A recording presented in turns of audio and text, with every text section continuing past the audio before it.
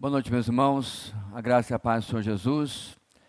Vamos voltar as nossas atenções mais uma vez ao Evangelho de Mateus, aonde chegamos hoje à nossa mensagem número 29 da nossa caminhada no primeiro livro do Novo Testamento, o Evangelho de Mateus. Durante o nosso percurso, nós temos este tema geral que eu quero convidar os irmãos a nós lermos a uma só voz, vai estar ali projetado. Vamos lá, irmãos.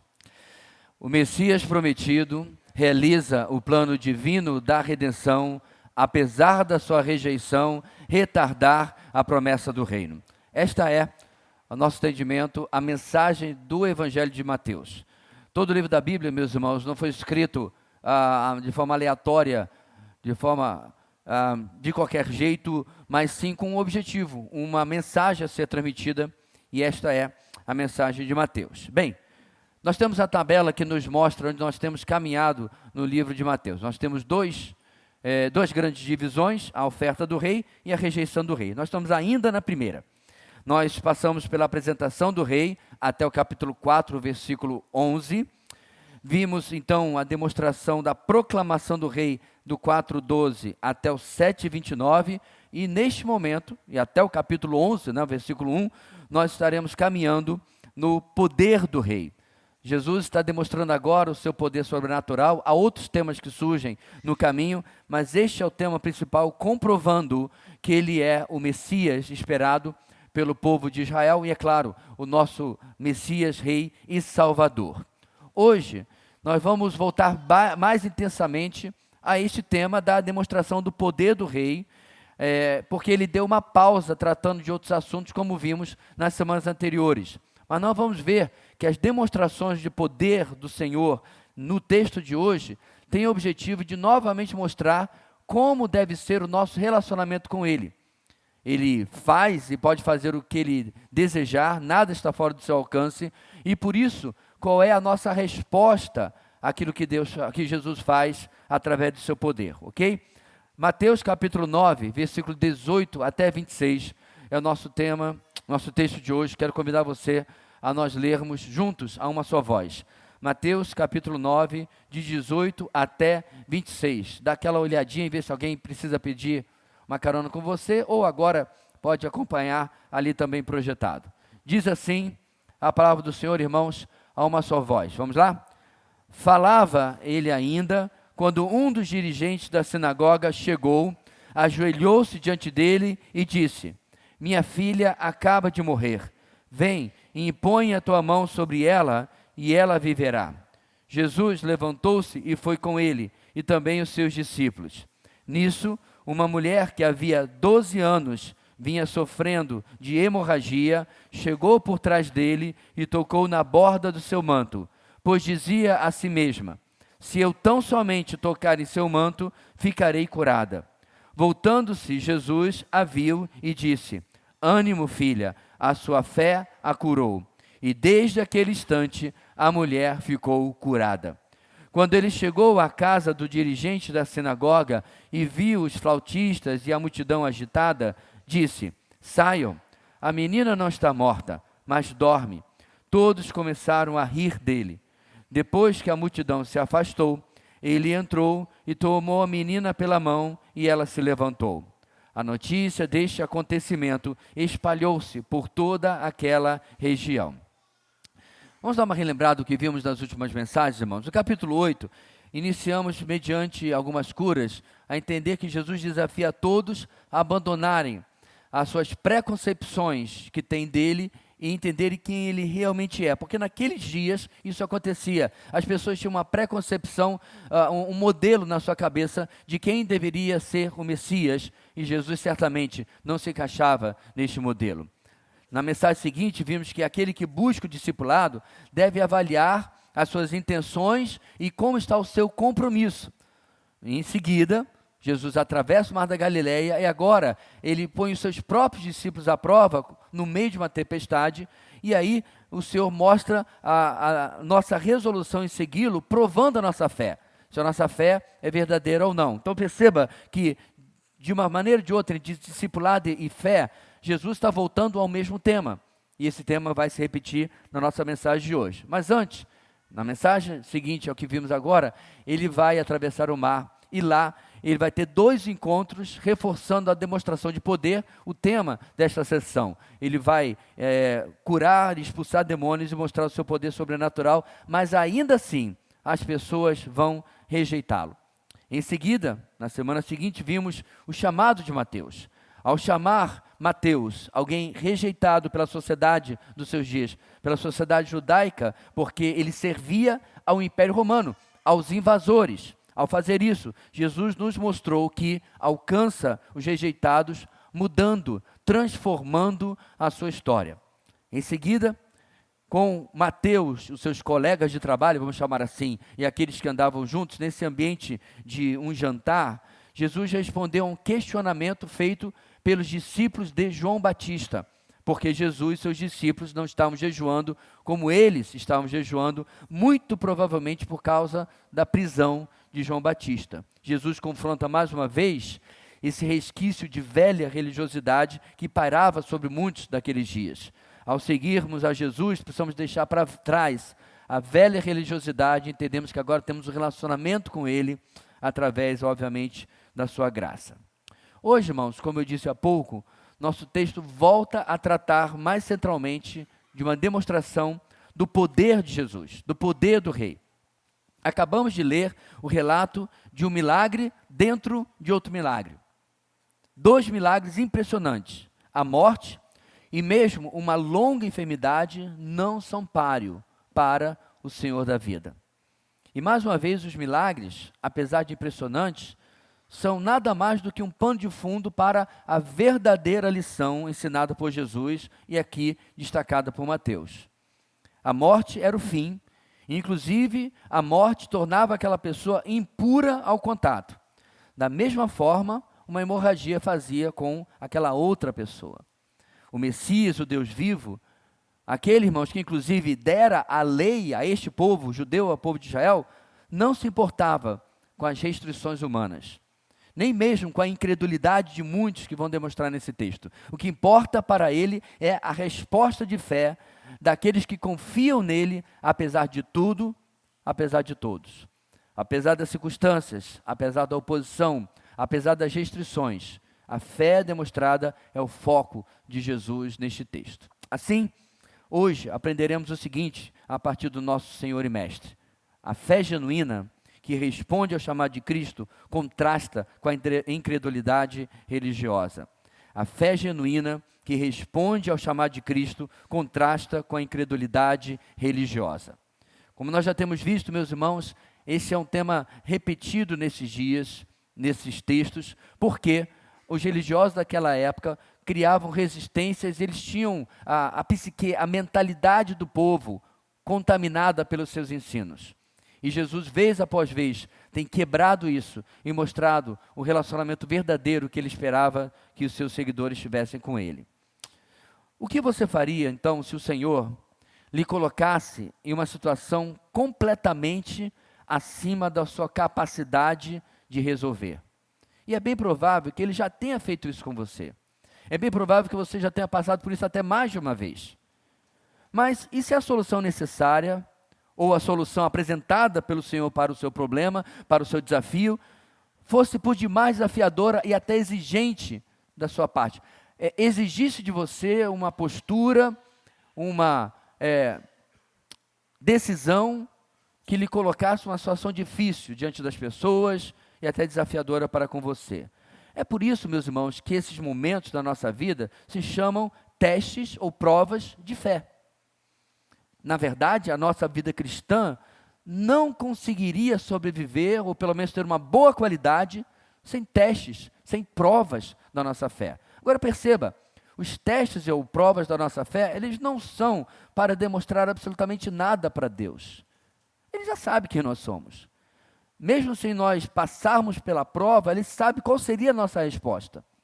A resposta que damos serve muito mais para mim, para nós, porque eu começo a perceber qual é a matéria, qual é a qualidade, qual é o tipo de fé que eu tenho dentro de mim. E, infelizmente, meus irmãos, nem sempre somos aprovados nessas provas de fé. Se fé, e eu gosto muito de fazer essa comparação, se fé é confiar, se fé é confiança, o contrário disso, ou seja, incredulidade, é o ato de confiarmos em nós mesmos ou em outrem e não no nosso Deus. Isso pode ser, inclusive, não necessariamente em outrem, mas em outra coisa. Às vezes, somos muito confiantes na nossa capacidade pessoal porque estamos vendendo saúde, ou porque somos fortes fisicamente, ou porque somos inteligentes, ou porque o banco está cheio de investimentos, de dinheiro, porque temos a casa própria, o carro e assim vai, coisas que substituem a confiança que deveria estar única, exclusivamente no Senhor. Irmãos, a incredulidade nos faz nos importar também com o que os outros irão pensar. Nos faz considerar mais importante as circunstâncias do que aquilo que o Senhor determinou que a gente faça ou passe ao obedecermos o que Ele deseja de nós. A incredulidade, irmãos, é fruto da nossa religiosidade, porque a gente já explicou nas mensagens anteriores que religiosidade é a fé do meu jeito, em nós mesmos, na força do meu braço. É querer servir a Deus do meu jeitinho, né? Coisa bem brasileira, em lugar de fazer as coisas do jeito de Deus, da maneira de Deus. E essa a fé possui muitas vezes a absurda coragem de rir, essa fé humana, claro, né? De rir do que Deus espera de nós, porque acontece no nosso texto. E essa risada, por assim dizer, é uma manifestação da nossa incredulidade de dizer, tem certeza, Senhor? Tem certeza que é isso que o Senhor deseja de mim, que eu quero de mim? E assim, meus irmãos, nos colocamos em rota de colisão com aquilo que o Senhor realmente espera de nós. Começando o nosso texto, vamos iniciar a comprovar como o chamado para seguir a Jesus deve nos levar a romper com a nossa religiosidade humana, a nossa velha religiosidade, respondendo com uma fé genuína, uma fé prática, uma fé que toma passos reais, que não é só discurso, mas uma fé que coloca coisas em risco na nossa vida, a fim de confiar, a fim de obedecer. Vamos iniciar vendo como a religiosidade nos atrapalha para que possamos valorizar mais outras coisas do que valorizamos realmente o que o Senhor Deus espera de nós. E vamos ver isso, irmãos, aprendendo como uma fé que passa por cima dos obstáculos, uma fé que passa por cima até da ridicularização, de ser ridicularizado, de ser criticado e muito mais, consegue a atenção do Senhor e consegue ser respondida pelo Senhor. Como eu disse, a fé genuína que responde ao chamado de Cristo contrasta com a incredulidade religiosa. Vamos caminhar, irmãos, versículos 18 e 19. Inicialmente vamos nos ensinar o seguinte, em primeiro lugar. O poder de Deus espera uma fé que não mede consequências. O poder de Deus espera uma fé que não mede consequências. Nosso texto começa no versículo 18 e a forma como Mateus começa, irmãos, nos dá a dica necessária para conectar os dois textos anteriores com o texto de hoje. Acompanhe a minha explicação.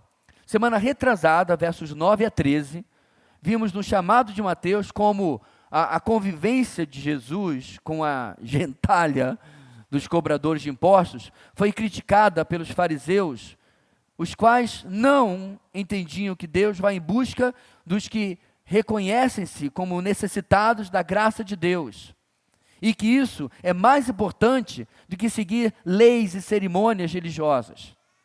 Aí na semana passada, versos 14 a 17, seguindo o mesmo evento, né, ele chama Mateus e depois vai a um jantar na sua casa com Mateus, outros cobradores de impostos, seguindo o mesmo evento, vimos agora os discípulos de João questionando, porque Jesus e seus discípulos não estavam jejuando, em lugar disso estavam oferecendo jantares. Não é hora de celebrar na mentalidade deles, é hora de lamentar, é hora de orar, chorar, jejuar, porque João está preso.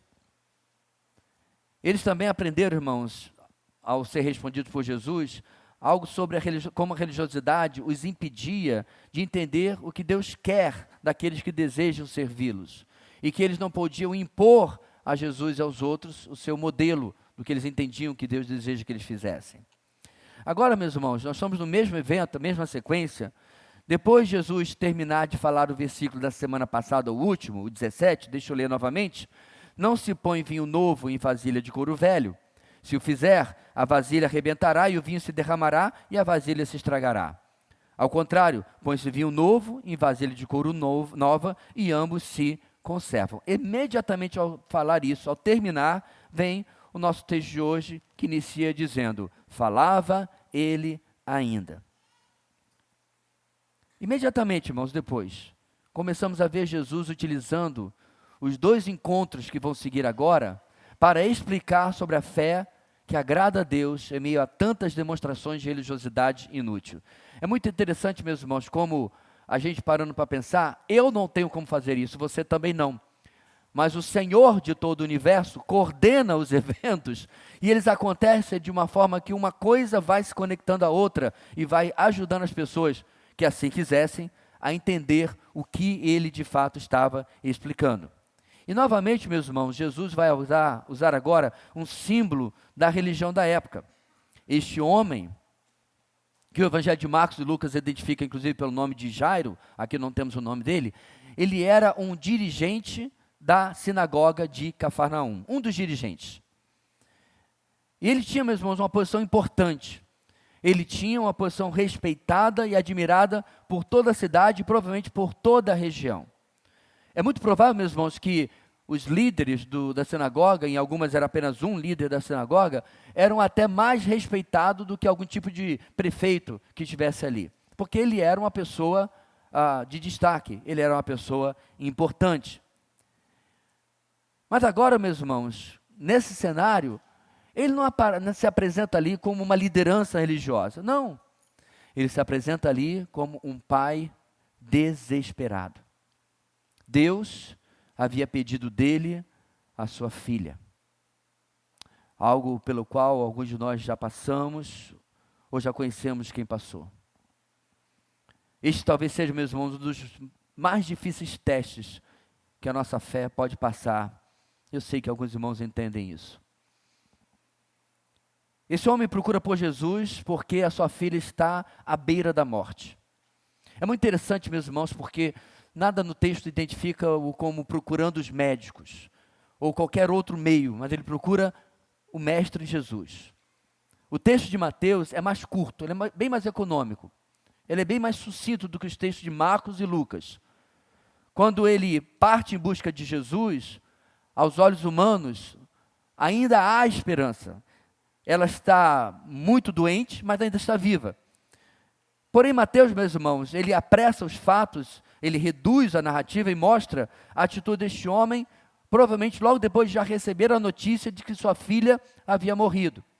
Como nós já explicamos várias vezes, o objetivo dos evangelistas não é fazer uma repetição literal e copiada um do outro, mas usar os fatos de determinado evento ou narrativa para mostrar uma determinada mensagem. Então aqui nós pulamos do momento que ele chega primeiro, sua filha ainda está viva, e ele já recebeu a notícia, sua filha morreu. E é aqui, meus irmãos, que a fé dele começa a se diferenciar. Certamente ele havia orado, ele havia pedido ao Senhor Deus pela sua filha, mas agora a resposta de Deus, ao que parece, é a pior e mais difícil que ele poderia receber e esperar. A resposta é não, pois ela já havia morrido. Este homem poderia ter respondido, irmãos, de uma maneira completamente diferente a essa terrível notícia. Porque é muito normal e é frequente quando as coisas não vão do jeito que nós esperamos, e especialmente quando passamos por algo terrível assim, nós nos revoltarmos. Quando Deus permite situações que nos desagradam. Tem até um ensinamento que diz sobre os 7 estágios do luto, já viu? Em que a pessoa passa pela ira, passa pela barganha e tal, e até que ele fica, aí realmente ele aceita, porque é humano responder assim.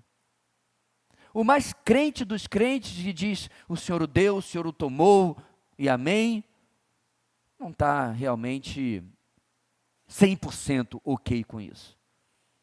Qual de nós, irmãos, e obviamente não apenas uma situação dessa, mas diante do não de Deus, lá nos bastidores da nossa consciência perguntou, Por quê? A gente espiritualmente fala, o Senhor sabe, o Senhor tem o melhor. Mas lá no fundo está o nosso questionamento. Provavelmente estava também lá no fundo, no coração deste homem, mas a resposta imediata dele é outra. Ele não assume o que normalmente fazemos, uma postura questionadora. Ele não mostra que está lutando com a amargura que muitas vezes cresce dentro de nós e às vezes nos afasta, inclusive, do nosso amoroso Deus. Esse homem, meus irmãos, tem uma atitude inversa. O texto diz que ele se ajoelha. Ele é o chefe, o dirigente da sinagoga. Se você lembra bem de Mardoqueu, por exemplo, lá no livro de Esther, o judeu não se ajoelhava diante de ninguém. Essa não é uma postura necessariamente de adoração, mas isso mexe com orgulho, com brio. Na mentalidade judaica somos iguais, apenas o Senhor está acima de nós. Ele não se ajoelharia de jeito nenhum, mas aqui ele faz isso. Ele vem, se ajoelha e ele declara a sua confiança de que Jesus podia ainda resolver o que ele, de maneira nenhuma, poderia mais resolver. Ele se humilha em lugar de se revoltar. Ele confia em lugar de incredulidade. Não é fácil, meus irmãos, ter essa postura quando o não de Deus chega, quando a porta se fecha, quando alguém diz, não tem jeito. Nós podemos continuar orando, nós podemos continuar clamando, quando ainda há humanamente alguma coisa a fazer, mas a cada notícia de que a coisa está ficando cada vez mais negativa, cancelada, nossa pressão sobe, nossa cabeça dói, a palma da mão fica suada, os joelhos tremem, a nossa humanidade vem à flor da pele. É por isso, meus irmãos, que a única saída para nós é buscar na fé verdadeira, na fé que não mede absolutamente nada do que acontece ao nosso redor, o que vão pensar, a nossa única saída. Sabe por quê, meus irmãos? Porque o dirigente da sinagoga é aquele homem ajoelhado, implorando a misericórdia daquele jovem mestre. Aquele jovem mestre que os demais religiosos comentam o tempo todo que era um farsante, que era um blasfemo, que era um enganador. Então perceba, meus irmãos, a conexão da sinagoga com o templo era enorme. O templo estava lá em Jerusalém, a sinagoga estava distribuída nas cidades, nas vicinais, no interior, para que as pessoas pudessem se reunir, ler a palavra e aprender da palavra. E naquela mesma semana nós tivemos nesse mesmo texto, alguns capítulos anteriores, os fariseus. Não é difícil imaginar, meus irmãos, que este homem constantemente ouvia nas reuniões na sinagoga dos demais religiosos críticas a Jesus. Ainda assim, ele coloca em risco, primeiramente, a sua posição e certamente a sua reputação que possuía na comunidade, mas ele não se importa, ele vai e se ajoelha diante de Jesus. Eu me lembro, meus irmãos, que um dos temas muito recorrentes quando eu era adolescente, um pastor ia pregar em um encontro nosso, era a respeito se você tinha vergonha de se identificar como crente. Entenda que eu já fiz alguns aninhos, minha adolescência estava numa época onde não era ainda fashion ser crente. Não era moda ser evangélico. Nós éramos ainda somos, mas era uma grande minoria.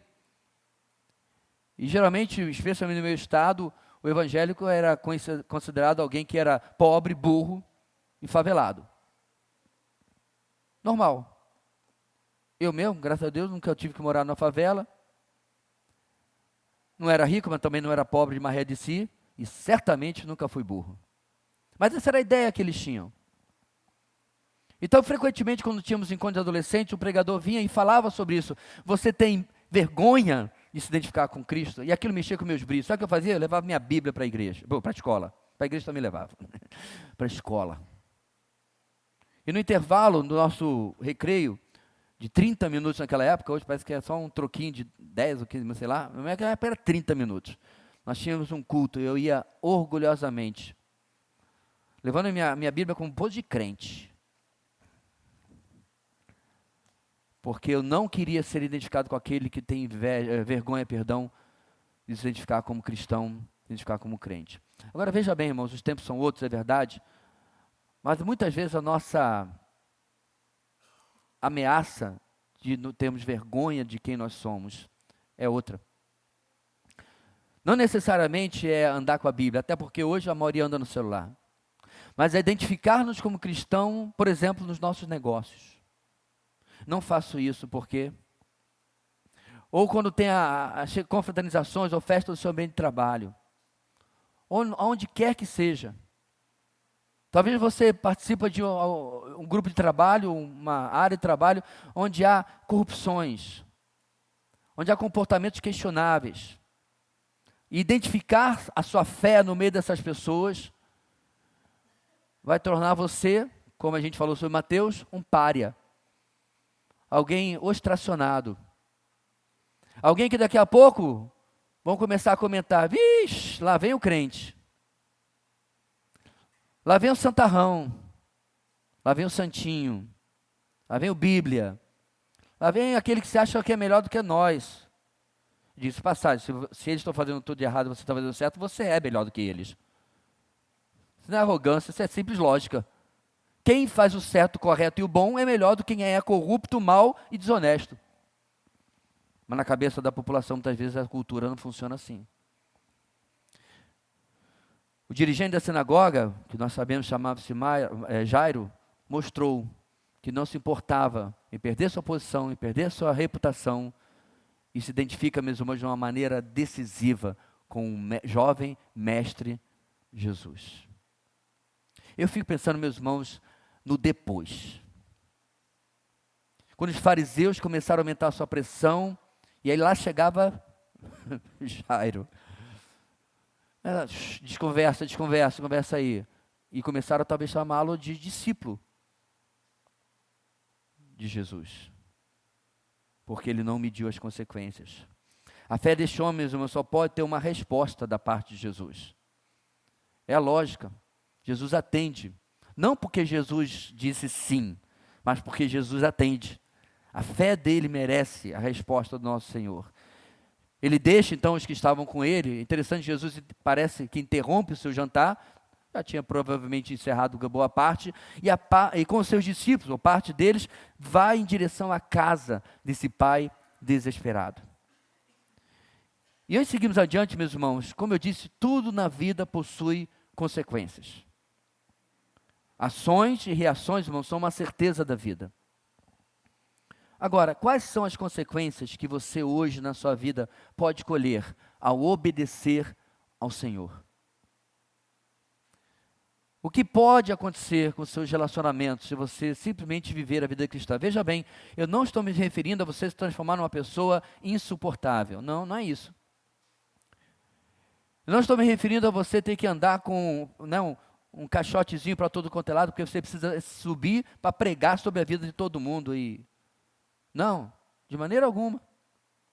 Mas perceba, meus irmãos, em que só fazendo a vontade de Deus, você incomodará a sociedade de hoje. Eu não sei, meus irmãos, se algum dos nossos irmãos no congresso presta, eu não tenho ideia. Tenho suspeita de que alguns, a gente pode dizer, esse aí honra o que diz crer. Mas não tenho certeza, não vivo com eles. Mas eu fico pensando, meus irmãos, como deve ser difícil. Em um ambiente de uma mão lava a outra, conhece? E as duas lavam o rosto. O ambiente do toma lá da cá. Assina o meu projeto de lei que eu assino o teu. Ninguém leu nada. Porque é assim que funciona, infelizmente, o ambiente político. Como você é um cristão verdadeiro em lugar desse e lida com as consequências? Difícil. Então, quais são as consequências, irmãos, que podemos escolher? E detalhe, e se eu escolher não obedecer, quais são as consequências que viriam? Certamente não são consequências que o mundo enxergaria como ruim, mas que o nosso Deus enxergaria como ruim. A vida, meus irmãos, que você sonha, está mais de acordo com uma total identificação com Jesus, ou para conseguir essa vida que você sonha, é necessário camuflar a sua devoção a Cristo. Se nós tivéssemos, meus irmãos, governantes que fossem terrivelmente cristãos, quem pegou a referência pegou, quem não pegou pergunta depois, nós com certeza teríamos um cenário político, econômico, social em nosso país muito diferente do que nós conhecemos. Já contei para vocês inúmeras vezes a história de William Wilberforce. Esse homem se converte em meio à sua carreira política. E ele decide procurar nada mais nada menos que o seu pastor, que é nada mais nada menos que John Newton, o autor famoso e maravilhoso hino Amazing Grace, Graça Maravilhosa. Ele quer servir a Deus e John Newton fala, volte com seus pares e sirva a Deus onde você já estava. E William Wilberforce e seus companheiros se tornam nada mais nada menos do que a força por trás do encerramento, do cancelamento de todo o tráfico escravocrata pela Inglaterra. Não apenas na Inglaterra, mas a Inglaterra começa a combater todo o tráfico escravo no Atlântico Norte, no Mediterrâneo. Por quê, irmãos? Porque um cristão seguiu o que Deus desejava dele e não se importou com as consequências. Na sequência do nosso texto, é a vez de outra pessoa ser testada. Essa outra pessoa, meus irmãos, é uma pária também. Está cheio de párias no texto de Mateus, né? Era um proscrito, era uma pessoa rejeitada pela sociedade. Alguém como o Mateus, que a gente acabou de falar na semana passada, retrasada, que era da mesma forma. Mas a razão pela qual este novo personagem é proscrito, é um pária, é totalmente diferente. É porque, aos olhos da sociedade, ela é impura. Ela não era impura porque ela era uma pessoa suja. Ela não era impura porque ela era uma pessoa corrupta nos seus ideais. Não. Ela era impura porque a lei judaica assim determinava. Então vamos ver. Número 2. O poder de Deus espera uma fé que não espera a aprovação dos homens. O poder de Deus espera uma fé que não espera a aprovação dos homens. Vamos novamente ver um dado, uma informação dos outros dois evangelhos sobre esse evento aqui. A filha do dirigente, mencionada no trecho anterior, ela tinha 12 anos de idade. Mateus não registra isso. Lucas e Marcos registram. Ela tinha 12 anos de idade. Isso significa, meus irmãos, que quando essa menina veio ao mundo e trouxe alegria para os seus pais e familiares, na mesma época, começava o sofrimento de outra pessoa. Interessante isso, né? Eu acho muito curioso os detalhes que o Senhor coloca nas narrativas bíblicas. Uma menina de 12 anos, uma mulher que sofria há 12 anos. O verso 20 nos fala dessa mulher que há 12 anos sofria de uma hemorragia. Irmãos, até hoje eu não encontrei nenhum comentarista bíblico que discordasse que nós estamos falando, é claro, de um problema de origem ginecológica. Isto é, em lugar de um período normal, que praticamente toda mulher tem, a não ser que seja muito nova, ou já tenha passado pela menopausa, ou tem algum tipo de doença, é claro, quase toda mulher tem a mesma coisa, apesar de em lugar de um período normal, ela sofria, por assim dizer, uma menstruação de 12 anos. Eu não consigo entender, meus irmãos, totalmente isso, pelo motivo óbvio, que eu não sou mulher. Mas não deve ser uma situação fácil. Porque isso, meus irmãos, já seria terrível no 21º século, com todos os recursos que se dispõe hoje, né? Agora imagine o quão era 21 vezes mais terrível no Oriente Médio do 1º século, que era quando essa mulher sofria e passava por isso. O texto dos outros evangelhos diz, inclusive, que ela gastou tudo que tinha e nenhum médico conseguiu curá-la. A vida dela, meus irmãos, era o absoluto contraste da alegria que aquela menina com certeza havia trazido à família de Jairo nos últimos 12 anos. Era uma vida mergulhada em tristeza, era uma vida mergulhada em solidão, era uma vida mergulhada em preocupação com o julgamento das pessoas. Quem a conhecia anunciava aos outros, impura. E quando, se porventura no meio de todos ela tivesse um acidente e percebessem o que estava acontecendo com ela, gritavam da mesma maneira, impura. E com certeza, meus irmãos, ela tentava esconder sua situação o máximo possível, porque ela e todos os judeus conheciam muito bem a prescrição da lei. Se você quer saber, está em Levítico capítulo 15, versículo 25. Quando uma mulher tiver um fluxo de sangue por muitos dias fora da sua menstruação normal, ou um fluxo que continue além desse período, ela ficará impura enquanto durar o corrimento, como nos dias da sua menstruação. O texto, meus irmãos, eu quero deixar bem claro, não está abandonando a mulher que passasse por isso no seu sofrimento. O texto não está negando que ela fosse socorrida, que houvesse misericórdia em favor dela. Não, esse não é o objetivo da lei, que, detalhe, foi dada pelo próprio Deus, não foi inventada por Moisés. O texto trata, na verdade, de uma regra cerimonial, assim como dezenas de outras.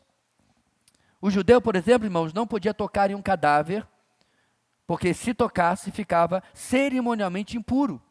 E por determinados dias, que agora não lembro de cabeça, não podia participar do culto no templo.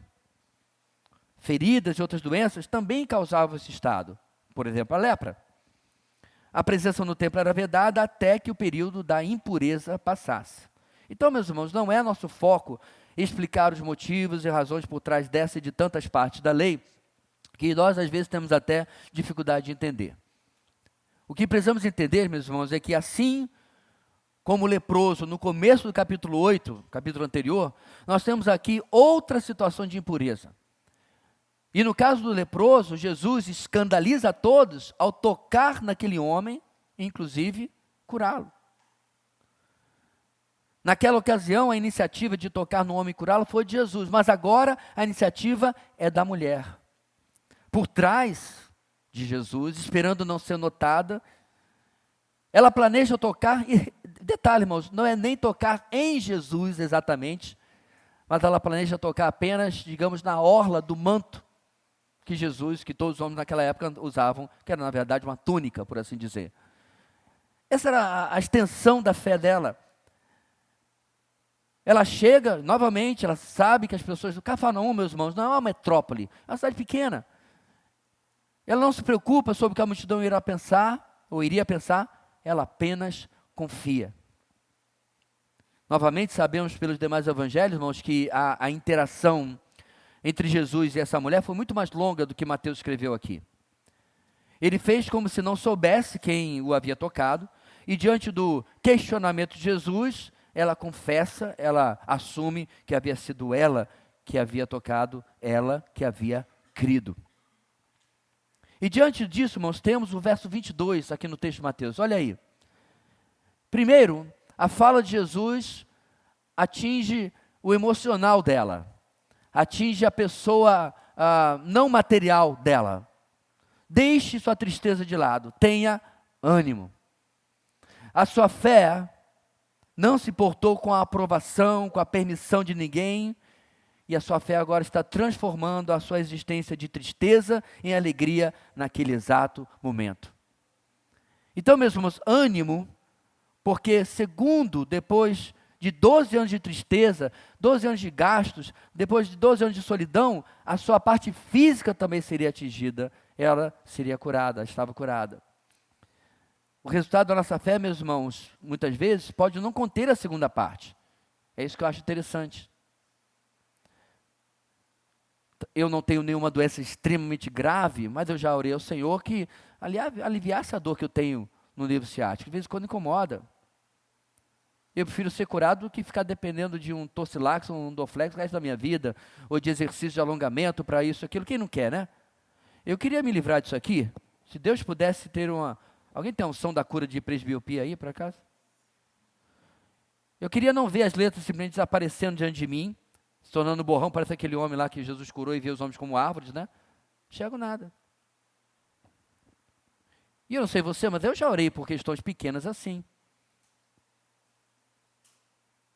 E a resposta do Senhor foi: tenha bom ânimo, você vai continuar usando óculos. Tenha bom ânimo, compra ações do laboratório do Torcilax, porque elas vão subir. Entendeu? A primeira parte, meus irmãos, quando nós depositamos a nossa fé no Senhor, é garantida. Tenha bom ânimo. A fé muda a nossa perspectiva. O que destrói as nossas vidas não são os problemas e lutas. Não. O que destrói, meus irmãos, é a nossa reação a eles. A reação de fé já nos move para um lugar diferente de onde estávamos antes. Independente da resposta de Deus. Esta mulher teve o seu sofrimento de 12 anos terminado. Glória a Deus. E Deus faz isso, irmãos, ainda hoje. Então, ore pelo seu problema de visão. Ore pelo seu problema de coluna. Ore pelo seu problema de saúde. Não tem problema nenhum. Mas ainda assim, enquanto a resposta não vem, ou se a resposta continuar sendo não, tenha bom ânimo. O Senhor, meus irmãos, responde assim à nossa fé. Na sequência final do nosso texto. Bem, nem tudo são flores no ambiente da fé. De forma semelhante, meus irmãos, a outras passagens que vimos recentemente, em meio a vidas transformadas, vidas curadas, vidas salvas, temos dúvida, questionamento e rebeldia. Nós temos, na verdade, até zombaria. Terceiro e último lugar, irmãos. O poder de Deus espera uma incredulidade resistente. Versos 23 a 26. Eu diria que até, infelizmente, o poder de Deus espera uma incredulidade resistente. Nem todos creem, nem todos confiam, nem todos se ajoelham, nem todos não se importam com as consequências, nem todos não se importam com a opinião dos outros, nem todos apenas confiam.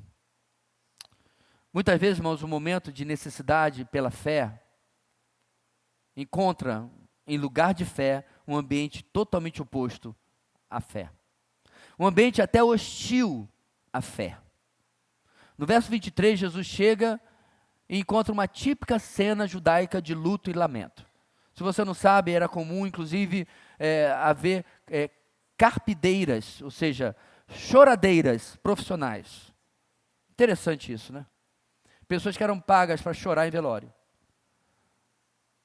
Eu não sei exatamente qual era a necessidade cultural disso, não encontrei uma explicação, mas existia essa função, essa profissão. Quem aumentava o lamento, talvez para a família pedia isso ou contratava isso para mostrar claramente que elas estavam sofrendo muito diante daquilo que havia acontecido.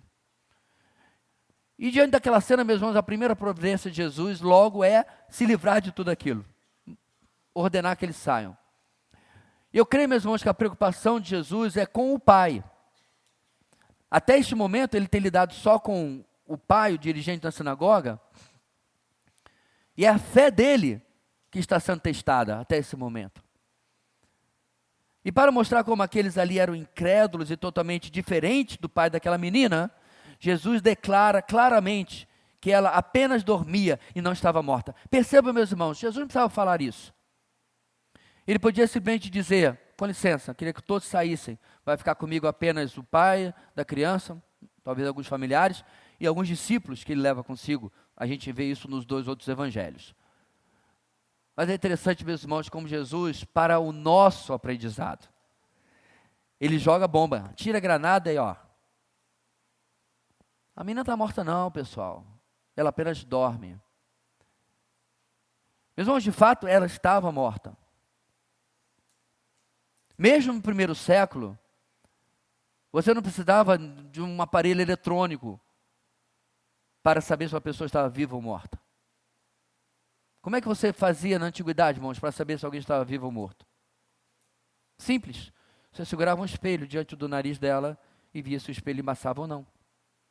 Você percebe se há ou não a mínima respiração acontecendo. Eu concordo, há algumas situações médicas, então aqui alguns bem, na verdade tem poucos hoje aqui porque a Maria está viajando, que pode comprovar de que o batimento cardíaco é tão baixo e de que a situação de vida é tão fina que quase não se dá para perceber a não ser com algum tipo de instrumento. Mas vamos supor, meus irmãos, para satisfazer os céticos, que este fosse o caso desta menina. O batimento dela estava lá embaixo. Pressão, não sei, 8/4, quase inexistente. Independente disto, o que não é o que eu creio que está acontecendo aqui. O que acontece no texto é que Jesus a acorda. Pela ordem do Senhor, que no outro evangelho a gente sabe do que ele fala. Alguém lembra, não? Talita cumi. Menina, levante-se. Ela levanta. Ela responde. Ela atende. Mas Jesus deixa claro. Ela não estava morta, ela apenas dormia para mexer com aquela multidão que sabia, Jesus sabia, que era incrédula. Diz o texto, meus irmãos, que para os que andam unicamente pelos olhos, não da fé, mas apenas do que vê, a reação é compreensível. Diz o texto que diz, todos começaram a rir dele. Pastor, dá um desconto, esse pessoal não sabe com quem está lidando. Irmãos, lembre-se, nós não estamos falando de uma metrópole, é Cafarnaumzinha. Eu já estive lá. É um bairro 2 ou 3 no máximo de Boa Vista. Isso há 2000 anos atrás. Muitos desses estavam, sabe aonde? Lá no Sermão do Monte. Lembra que a gente passou por ele? É ali perto. É nas escarpas ali perto de Cafarnaum, alguns poucos quilômetros. Muitos deles, irmãos, vinham atrás de Jesus o tempo todo, porque viam as curas, viam o ensino. Mas agora você passou do limite. Isso me chama a atenção, meus irmãos, não está nada aqui escrito. Quantas vezes a gente crê, até que Deus passa dos limites. Senhor, eu vinha te servindo muito bem, mas o que o Senhor fez agora, está difícil. Até agora eu achava que minha fé era como um grão de mostarda. A ilustração de Jesus é que ele é pequenininho, mas dá uma hortaliça bem grande. Ele é quase um cisco, mas dá uma hortaliça bem grande. Mas eu percebo que não é não, porque chegou um ponto onde eu não estou conseguindo ir junto, Senhor. Não estou conseguindo acompanhar. Eu estou daquele jeito, Senhor, eu creio. Ajuda-me na minha incredulidade. Bem, apesar da declaração então de Jesus, irmão, ser bastante desafiadora, a atitude deles mostra como eles faltavam respeito, verdadeira reverência, mesmo diante de tudo que eles haviam visto Jesus operar e ensinar sobrenaturalmente. Cafarnaum era uma cidade pequena, mas ainda assim, conhecendo o que Jesus havia feito e ensinado, eles riram. Sem se importar então, irmãos, com a incredulidade ao seu redor, o texto resume que Jesus simplesmente tomou a menina pela mão e ela se levantou, retornando, eu creio desta maneira, dos braços da morte. Ela seria, na verdade, irmãos, uma das 3 pessoas que Jesus ressuscitaria em seu ministério. Nós temos o filho da viúva, onde o sexto, né, indo para o enterro está vindo, ele toca o caixão e ressuscita o jovem. Isso aí eu acredito que ninguém tem dúvida, né? Afinal de contas o menino já estava no caixão. E mais do que isso, o seu bom amigo Lázaro, que já estava há 4 dias, sobre o próprio testemunho das suas irmãs, ele já cheira mal. Ou fedia, em bom português. Jesus é o Senhor da vida, ainda que a nossa fé não acompanhe. E apesar, meus irmãos, agora no verso 25, nós encerramos a história com a filha do dirigente da sinagoga retornando à vida, a incredulidade demonstrada pelas multidões é uma dica do que irá acontecer outras e outras vezes, até que finalmente Jesus, o Messias, será definitivamente rejeitado. Isso me mostra, meus irmãos, ou nos mostra, que as pessoas têm um limite do até onde eu ando com Jesus. Até onde eu estou disposto a obedecer. Porque grande parte de Jerusalém, grande parte, na verdade, da Judéia inteira e da Galileia, seguia Jesus. Esse é o testemunho dos seus inimigos. Veja bem, todo o povo vai atrás dele. Não é isso que eles falaram? O que acontece que esse mesmo povo que ia atrás dele, quando nós chegamos ao final, deixa o evangelho dos demais, está gritando o quê? crucificam. Porque eles tinham uma fé limitada. Mesmo tantos que o seguiam até certo ponto, eventualmente, a sua fé, entre aspas, falhava. Sabe por quê, meus irmãos? Porque eles não preenchiam, por exemplo, as características de fé que nós vimos neste pai e nesta mulher. Eles não estavam dispostos a seguir, independente do que pudesse acontecer. Eles não estavam dispostos a seguir, independente de quem se opusesse a eles. A fé deles era limitada, não era genuína. Era uma fé que ainda estava presa a uma incredulidade religiosa. O poder de Deus espera uma fé que não mede consequências. Meu irmão, qual é a medida da sua fé? Deixa eu trocar. Qual é a medida da sua confiança no Senhor? Qual é a medida da sua obediência? Você se importa com o que pode acontecer com você se você ousar, decidir a agradar e fazer o que Deus espera e não o que o mundo espera? Se você andar na contramão, contra a correnteza. Tinha uma camisa muitos anos atrás que eu tinha, que dizia, ouse ir contra a correnteza. E a ilustração que você tinha no meio, era um monte daqueles peixes das regiões abissais, lá de baixo, assim, né, todo feio e tal. E no meio deles, tinha aquele peixinho do cristianismo, só aquele risquezinho, indo na direção contrária. É difícil, meus irmãos.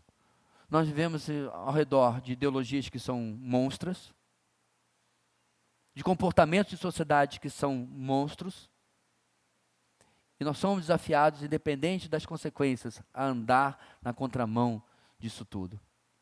Sabe o que me assusta hoje em dia, irmãos? É o quão camuflado muitos de nós conseguem viver na nossa sociedade. O quanto nós vivemos pouco o que Jesus disse que o mundo nos odiaria.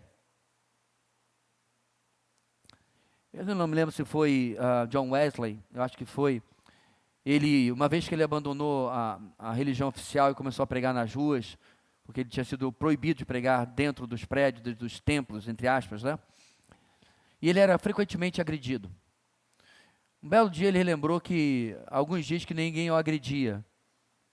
E aí, do canto de olho, ele viu algo se aproximando, quando virou, era um tijolo.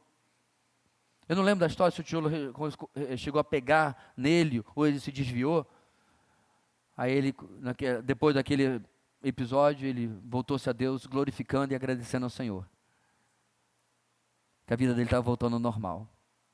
Porque era um homem, discordo frontalmente de algumas posições teológicas dele, obviamente, mas era um homem que incomodava a religiosidade da época, porque pregava o evangelho aonde quer que fosse. E assim ia, tantos passaram pela mesma situação. Também o poder de Deus, irmão, espera que uma fé que não espera a aprovação dos homens.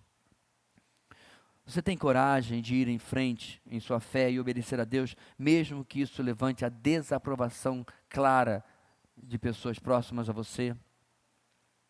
Você tem relacionamentos que são mais importantes para você do que o relacionamento que você tem com o Senhor? Irmãos, o temor dos homens, ele é literalmente paralisante da nossa fé. Eu já dei uma sugestão a alguns aqui, para você testar a temperatura das águas. Quando alguém tiver uma situação que você pode desejar para ela, e você pode dizer para ela o seguinte, em vez de Deus lhe abençoe, Jesus lhe abençoe. Já a pessoa chegar lá no quartel? Coronel, major, seu aniversário. Tenho orado pelo Senhor, Jesus te abençoe. Você vai nocautear o camarada. Porque Deus te abençoe, meus irmãos. Tanto faz como tanto fez. Numa sociedade pseudo-cristã, como é a brasileira, vai com Deus. Deus te abençoe. Deus te proteja. Troca. na minha curta mensagem que eu coloquei em alguns grupos, inclusive que eu tenho com incrédulos, no dia 24 eu coloquei: Feliz aniversário de Jesus. Porque é literalmente o que significa o Natal. Eu fico pensando o que passa na cabeça das pessoas. Ponto, meus irmãos, é que quando nós nos posicionamos, e repito, não de maneira assintosa, não de maneira briguenta, nada disso, mas apenas falando a verdade daquilo que é a nossa fé, dificilmente este mundo vai ficar calado. Agora, infelizmente, irmãos, quantas vezes nós temos apenas reproduzido a fé cultural, que aí fora, como diz na minha terra, não fede nem cheira. As pessoas não se importam com essa sua fé cultural. Mas quando você cruza para uma fé bíblica, para princípios que confrontam o comportamento, especialmente se estiverem exemplificados no seu estilo de vida, aí é incômodo sim. E finalmente, irmãos, infelizmente, claro, haverá sempre uma incredulidade resistente. Na palavra de Deus, irmãos, nós encontramos a primeira pessoa que riu da palavra de Deus, foi? Exatamente. Sara riu daquilo que Deus havia prometido. Em 1 ano, voltarei a você e Sara terá um filho. Sara riu e por isso foi o nome do seu filho, Isaque. As multidões do nosso texto também riram. E talvez, meus irmãos, eu concordo, eu e você não vamos literalmente rir, gargalhar, diante daquilo que ouvimos de Deus. Mas podemos fazer o equivalente ao nossa experiência com Deus, ao desdenharmos o que o poder de Deus pode ou não fazer. Como assim, pastor? Se eu estou orando por uma cura, é claro que eu não estou desdenhando. A questão, meus irmãos, é quando Deus, seguindo o ponto 1 e o ponto 2, nos desafia a fazer coisas práticas da nossa fé, e lá no fundo a gente está. Eu sei que Deus não enlouquece, mas está bem perto. Quer que eu faça isso? Meu irmão, minha irmã, e eu também, Deus nunca, jamais pede, ordena, aponta algo para a nossa vida que seja absurdo, que seja para a sua destruição, que não seja dentro absolutamente da vontade dEle. Não há nada, meus irmãos, que o Senhor vá nos pedir, que não seja para que a pessoa de Cristo seja formada ainda mais em nós, por meio da obediência. Não há nada que o Senhor vá pedir de nós, que não seja para trazer glória ao nome dEle, e de alguma maneira possa impactar este mundo com aquilo que estamos fazendo. É hora, meus irmãos, de nós sermos mais ousados. É hora de nos ajoelharmos diante do jovem de Nazaré, independente das consequências. É hora de nós tocarmos em suas vestes, independente do julgamento de outros. É hora de olharmos para as nossas vidas e vermos se nós temos uma fé pequena, tacanha, mesquinha, da qual nosso Deus não é digno. Porque se fé, irmãos, é igual a confiança, e eu creio que é, porque eu não tenho confiado num Deus que tem um currículo como Ele?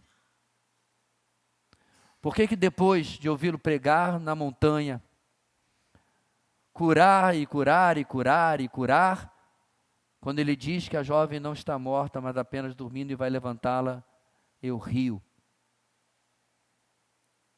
Por que será, meus irmãos, que o meu Deus tem que se provar para mim, vez após vez após vez? Não, pastor, de jeito nenhum. Quem sou eu? Eu sou aquele que riu. Eu sou aquele que não confia. Eu sou aquele que mantém uma fé pequena e tacanha, apesar de dizer que confio plenamente nele. Que nós possamos, irmãos, responder com uma fé genuína ao chamado de Cristo, e que a religiosidade humana passe longe de nossas mentes e corações. Possamos confiar que o Deus da palavra é aquele que está acompanhando a nossa vida a cada dia, e que nada que Ele nos ordena está fora do que Ele vai nos capacitar a responder em fé. Deus amado, muito obrigado, Deus, por o Senhor ter permitido que esse nosso irmão do passado, essa nossa irmã do passado, tivessem passado pelo que estiveram passando. Tiveram suportado o que tiveram que suportar. Porque através do exemplo de fé deles, hoje nós podemos mais uma vez ser edificados, confrontados com a nossa fé. Ajuda-nos, ó Deus, a confiar no Senhor de maneira tal que nem consequências, nem o temor dos homens possam atrapalhar a nossa dependência de Ti. É o que oramos, no nome de Jesus. Amém e amém.